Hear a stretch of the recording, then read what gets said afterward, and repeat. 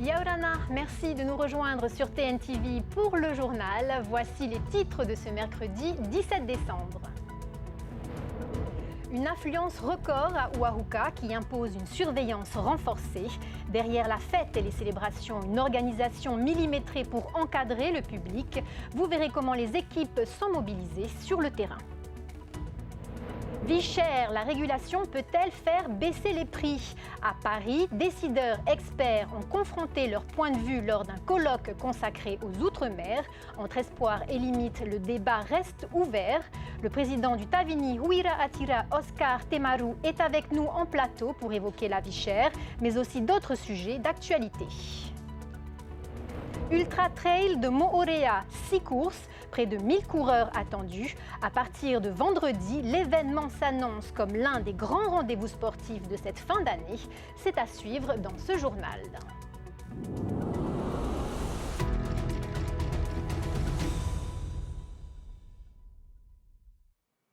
À Oahuka, le Matava'a dépasse largement les prévisions de fréquentation.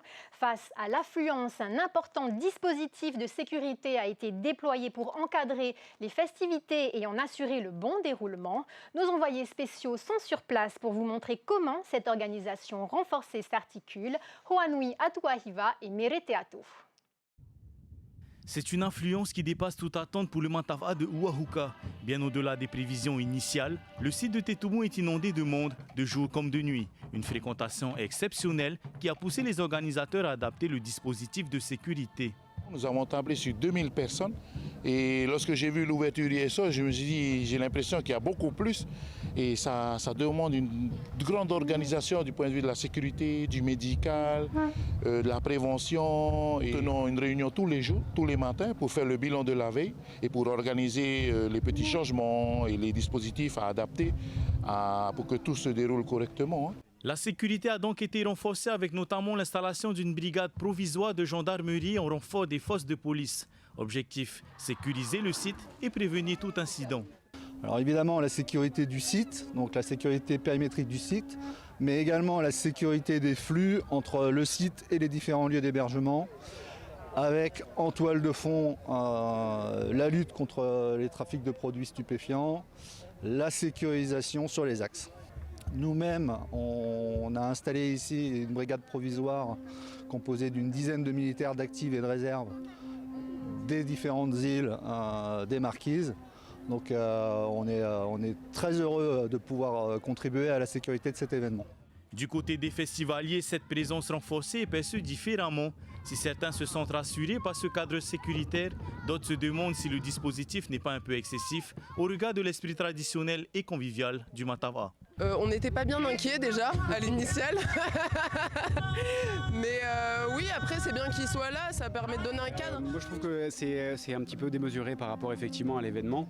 Une présence policière, oui, pourquoi pas, hein. Mais là il y a des effectifs, effectivement, on dirait les Jeux Olympiques, alors que vraiment on est au Matava'a. Un dispositif conséquent pour un objectif simple, permettre à chacun de vivre le Matava'a en toute sérénité. L'actualité, c'est aussi le pouvoir d'achat. La vie chère en Outre-mer s'est invitée jusque dans l'Hexagone. À Paris, un colloque s'est tenu au Conseil économique, social et environnemental pour débattre de la régulation. Un sujet sensible entre espoir de baisse de prix et crainte d'effets inverses. Coralie Auberti était sur place. Ils étaient nombreux cet après-midi dans l'une des salles du CESE. Plus de 80 personnes venues de Martinique, de la Réunion ou de Polynésie française ont échangé et débattu pendant 4 heures.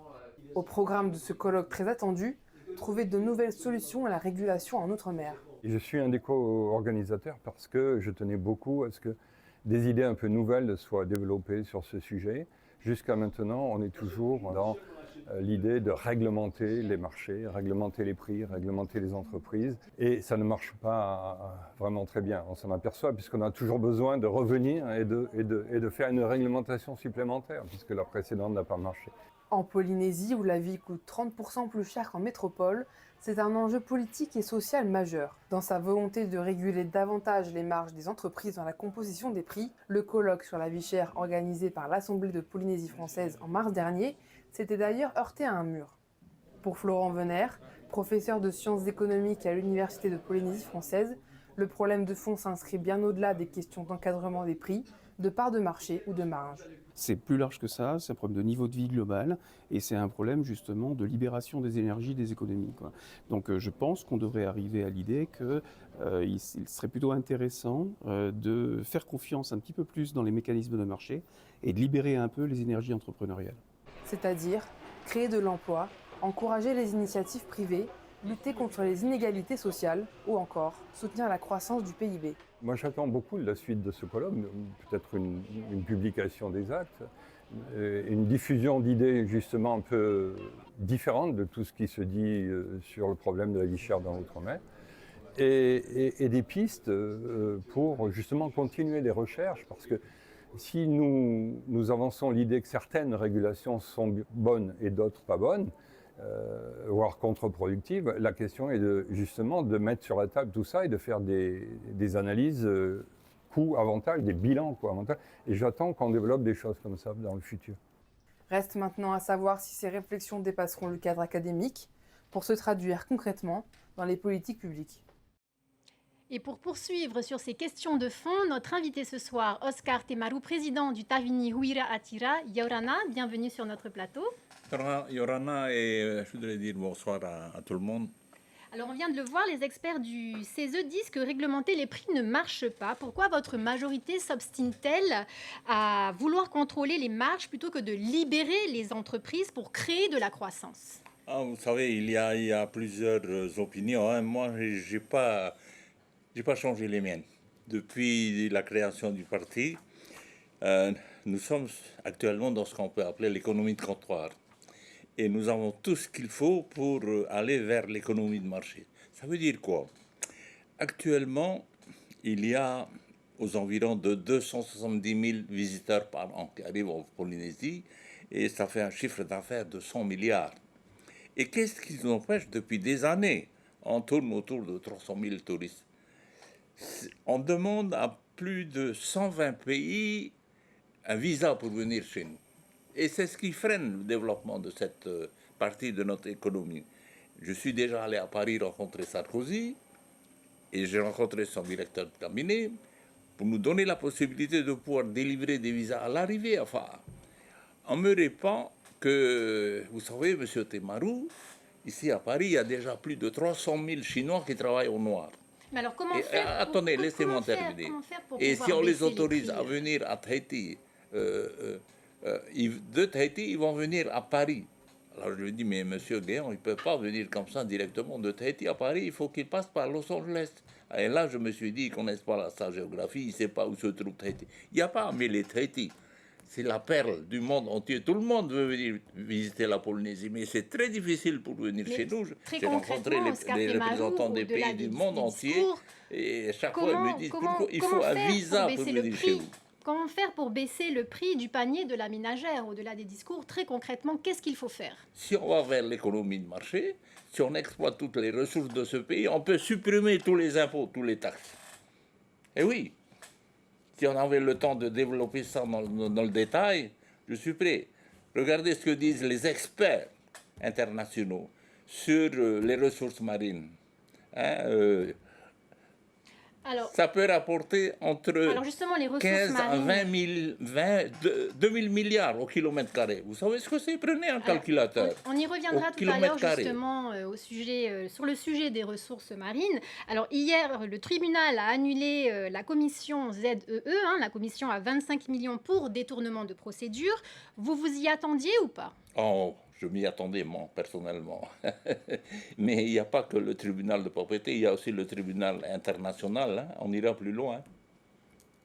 Et donc 25 millions d'argent public pour ce projet, c'était justifié? Il s'agit de l'avenir de notre pays. Hein. Il y a un choix à faire. Alors pourquoi vouloir dépenser justement autant d'argent actuelle et vous savez, on est là pour combattre la pauvreté dans notre pays.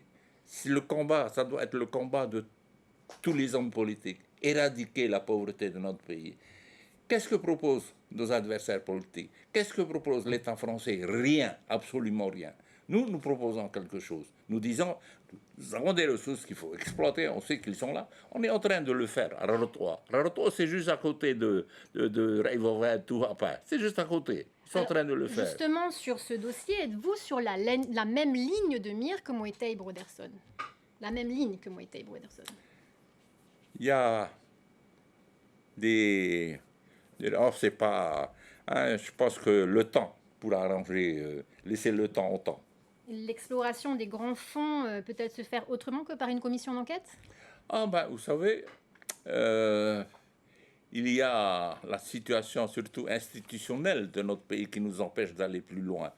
Hein, toutes ces compétences-là, ce sont des compétences de l'État. Ce sont des questions d'ordre, je dirais, institutionnel. Si on va au fond des choses, c'est notre droit de souveraineté qui nous permettra d'aller là où on veut, et pas autrement. Alors justement, votre résolution sur les ressources naturelles le 5 décembre a été votée. Mais vous avez refusé la transparence demandée par l'opposition. De quoi avez-vous peur? Je pense que c'est pas en une réunion qu'on pourra débattre de tout ça. Hein. Ce sont des questions très importantes. Et on peut citer des exemples, comme je viens de vous dire, là, juste à côté de chez nous, ils sont en train de le faire. Pourquoi eux peuvent le faire? Parce que ce sont des pays libres. Et pourquoi ne pas jouer la carte de la... C'est ce qui nous manque, cette liberté de pouvoir vivre, manger et dormir comme on veut chez nous. Mais alors pourquoi ne pas jouer la carte de la clarté totale sur l'avenir de nos richesses marines? Tout est transparent chez nous. Il n'y a rien de caché. Hein. Alors, l'idée, c'est de présenter la facture à l'État français pour montrer ce que la Polynésie lui rapporte réellement, toujours en parlant de la résolution sur les ressources naturelles. C'est le contexte qui le veut. C'est la France qui doit assumer ses responsabilités. Alors rapidement, on va passer au municipal. Mara Eitamei a lancé sa campagne hier. Il dit que FAA est sale et mal gérée à cause de vos combats internationaux. Serez-vous candidat pour lui prouver que vous avez encore les pieds sur terre à FAA? Est-ce que c'est ça le vrai problème de notre société?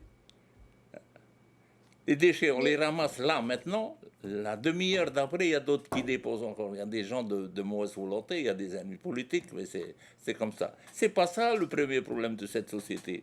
Donc vous serez les candidat? problèmes de notre société, c'est nos enfants plus tard.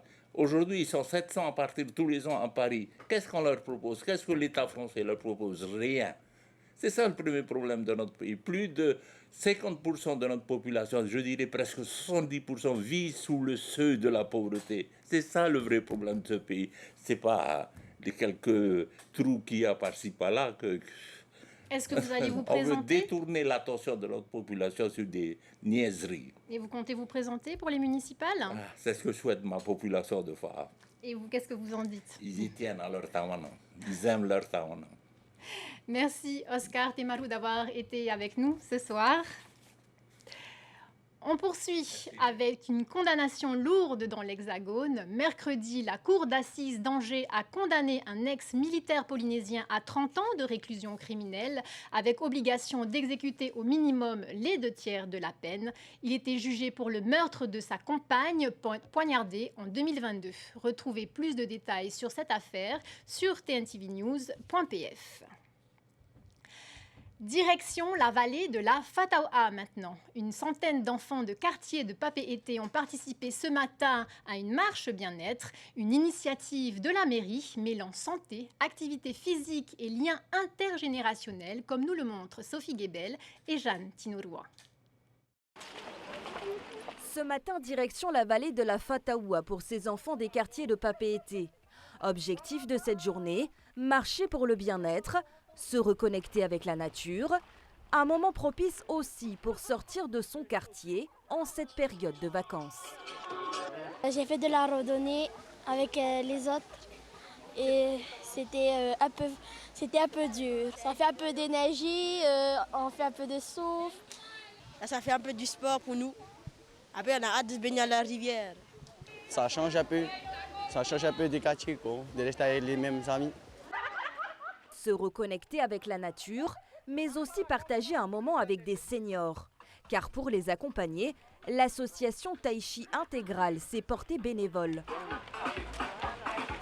Pour leur dire que nous aussi, les personnes âgées, on a du souffle, on sait apprécier la nature et surtout de les accompagner dans ce temps de découverte ensemble, en sachant que c'est la fête de Noël, donc c'est important ce rassemblement des enfants, des jeunes et des personnes âgées, surtout dans cette belle nature qu'on a sur Papeete. Là, il y a plusieurs générations, il y a un peu des anciens du Tai Chi et des tout petits aussi. Voilà, c'est essayer de faire une marche tous ensemble et puis de découvrir ensemble la vallée. Il y en a qui ne connaissent pas. Lutter un peu contre la sédentarité aussi des enfants, pas qu'ils soient tout le temps sur leur écran, notamment les ados. Voilà. Et lutter aussi peut-être aussi contre l'obésité.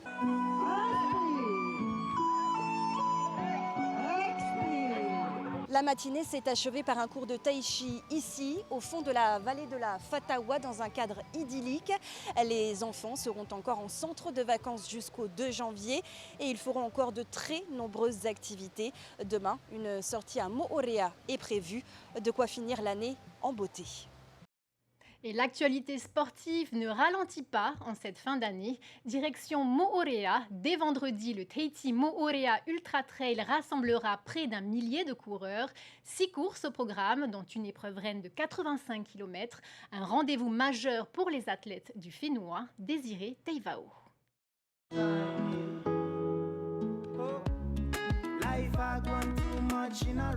Le col des Trois Pinus, le belvédère d'Opunohu, le col des Ananas ou encore le col de Veiare serviront de décor pour le Tahiti Moorea Ultra Trail organisé par la Ligue Ultra. Des sentiers réputés pour leur technicité et leur rudesse, un parcours rendu encore plus difficile pour les coureurs engagés sur la course reine de 85 km avec un départ prévu vendredi sur les coups de minuit. Quand ils ont l'habitude de courir à 12 ou 13 ou 14 km/h en descente, là on sait que ça ne sera pas possible. Donc ils auront tout intérêt à vraiment faire attention et à prendre le temps pour pouvoir aller jusqu'au bout du parcours qui, comme je le disais, est très beau, mais en même temps très engagé et très technique. Des pointus du trail français ont fait le déplacement au Fénois. Au total, ils seront plus de 150 étrangers engagés sur les différentes courses. L'occasion pour les meilleurs coureurs polynésiens de se tester face à une grosse concurrence. Ça fait plaisir de se mesurer aussi au niveau international, même si je l'en fais déjà pas mal dans mes courses que j'en fais à l'extérieur. Mais localement, à la maison, c'est différent. Donc après, moi, je sors des coupures parce que j'ai fait beaucoup de compétitions cette année. Donc là, je suis un peu en reprise, mais je vais essayer quand même de donner ce qu'il y en a. Avec le Tahiti Moorea Ultra Trail, la Ligue Ultra ambitionne de créer en 2026 un circuit international avec 4 épreuves au programme et une finale à Moorea pour les meilleurs athlètes. En fait, l'idée, c'est d'arriver un petit peu comme ils l'ont fait dans le triathlon avec Ironman à Hawaï, de faire une finale en Polynésie française qui soit un peu le but ultime du circuit. Cette année, c'est la première finale et l'idée, c'est que l'année prochaine, on va avoir le circuit au complet. Donc le Témut, l'année prochaine, sera en version finale. En attendant la finale de 2026, rendez-vous vendredi soir à Thème 1 pour le départ du Tahiti Moorea Ultra Trail.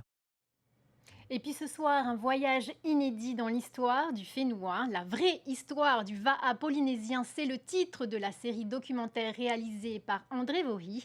5 années de recherche, des archives rares et la publication prochaine d'un livre. Le premier épisode est diffusé ce soir sur TNTV. Une fois n'est pas coutume. Ce soir, je vous emmènerai au cœur des lieux qui conservent notre mémoire, dans les archives au Fénois et ailleurs dans les musées où notre histoire est racontée, mais aussi directement dans les foyers de celles et ceux qui ont fait notre histoire ou étudié notre culture. Mon ami, on fait partie des rares peuples au monde, si ce n'est on est le seul peuple au monde qui ne connaît pas son histoire. Donc, si je résume bien tout ce que tu viens de me dire, le Va'a aujourd'hui aurait 4000 ans. Peut-être plus. Peut-être plus. Peut-être plus. C'est-à-dire aussi ancien que la pyramide d'Égypte. Oui. On pourrait dire ça. La vraie histoire du Va'a, le premier épisode, se focalise sur le Va'a moderne. Il sera question de l'origine des courses de Va'a en lagon bien avant le premier Turei de 1881. 1845, c'est la date que tu donnes. Il est dit que c'est une pirogue de Moorea qui gagne. Donc là, il y a la certitude que cette fois-ci, les Polynésiens participent bien à bord d'une pirogue. C'est la première mention écrite que j'ai trouvée. Ce premier film documentaire tentera d'élucider certains mystères et de révéler des secrets bien gardés. Il a été menacé. J'ai entendu ça. C'est un copain à lui qui me dit Tom a été menacé. Il dit va chez Tom. On allait le flinguer. Là-bas, ça plaisante pas. Hein. On avait déjà gagné 2 fois. La vraie histoire du Va'a, premier épisode, inspiré du livre qui porte le même titre, va surprendre plus d'un Polynésien ce soir. Enfin, cap sur les îles sous le vent à Raiatea Etra à 2 temps forts pour la communauté adventiste. Découvrez-le demain dans une prochaine édition. C'est la fin de ce journal. Merci de votre fidélité. Ce soir, retrouvez les meilleurs moments de la Tahiti Burger Week 2025. Ne manquez pas le premier épisode de la série documentaire La vraie histoire du Va'a polynésien, suivi du téléfilm Bienvenue au pays de Noël. Et à partir de 19h, rendez-vous sur la page Facebook de TNTV pour suivre le Mata Va'a et Hinua et Nana. Très belle soirée à tous. À demain, même heure. Retrouvez ce journal en replay sur notre site internet et notre application mobile TNTV.